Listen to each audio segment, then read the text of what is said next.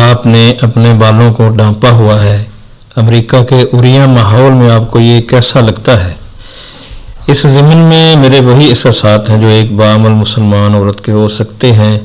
میں نے اپنا سر ڈھانپ کر دراصل اس ماحول کی آلودگیوں کے خلاف تحفظ حاصل کیا ہے، اور عام عورت نیم برہنگی کی وجہ سے جس خوف اور سراسیمگی کی کیفیت میں مبتلا رہتی ہے، اس سے خاصی حد تک نجات پائی ہے۔ پھر میرا سر کو ڈھانپنا ایک قسم کا اعلان بھی ہے کہ میں مسلمان ہوں، اور سب سے اہم بات یہ ہے کہ اس سلسلے میں اللہ نے جو حکم دیا ہے میں اس کی پیروی کر رہی ہوں۔ السلام علیکم ورحمۃ اللہ وبرکاتہ۔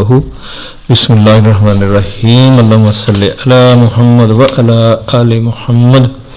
ہم مسلمان کیوں ہوئے، اس سلسلے کی آج کی شخصیت کا تعارف لے کر آپ کی خدمت میں حاضر ہوں۔ آج کی شخصیت کا تعلق امریکہ سے ہے، نام ان کا ثریا ہے۔ تو ان کی جو داستان ہے یہ انٹرویو کی شکل میں ہے، تو ہم سوال و جواب کی شکل میں آپ کے سامنے پیش کرتا ہوں۔ سوال: قبول اسلام سے قبل آپ کے مذہبی رجحانات کیا تھے؟ میرا تعلق ایک پروٹسٹنٹ عیسائی خاندان سے ہے جس کے سب افراد مذہب سے دور ہیں، لیکن میں بچپن ہی سے مذہب کی جانب رجحان رکھتی تھی۔ چنانچہ میری عمر 10 سال کی تھی جب میں نے اپنے پڑوسیوں سے فرمائش کی کہ وہ اتوار کو چرچ جایا کریں تو مجھے بھی ساتھ لے جایا کریں۔ چنانچہ میں وقتاً فوقتاً ان کے ساتھ گرجا جانے لگی، اور جب ہائی اسکول میں پہنچی تو عیسائیت کی مختلف شاخوں اور فرقوں کے بارے میں علم حاصل کرنے لگی۔ اس سلسلے میں میں نے کیتھولک مذہب کا وسیع اور گہرا مطالعہ کیا، اور مارمونز، جیوز وٹنس، میتھوڈس اور فریس بیٹریان جیسے مذاہب کے بارے میں بھی ضروری مطالعہ کیا، مگر افسوس کہ میری روح پیاسی کی پیاسی رہی۔ میرا وجدان جو کچھ طلب کرتا تھا مجھے کہیں نہ ملا۔ مثال کے طور پر میرا ضمیر یہ کہتا تھا کہ اس کائنات کا خالق و مالک وحدہ لا شریک ہے، جبکہ عیسائیت کے سب فرقے شرک میں مبتلا ہیں اور ابہام کا شکار ہیں۔ سوال: اس صورتحال میں دین اسلام سے آپ کا تعارف کیسے اور کب ہوا؟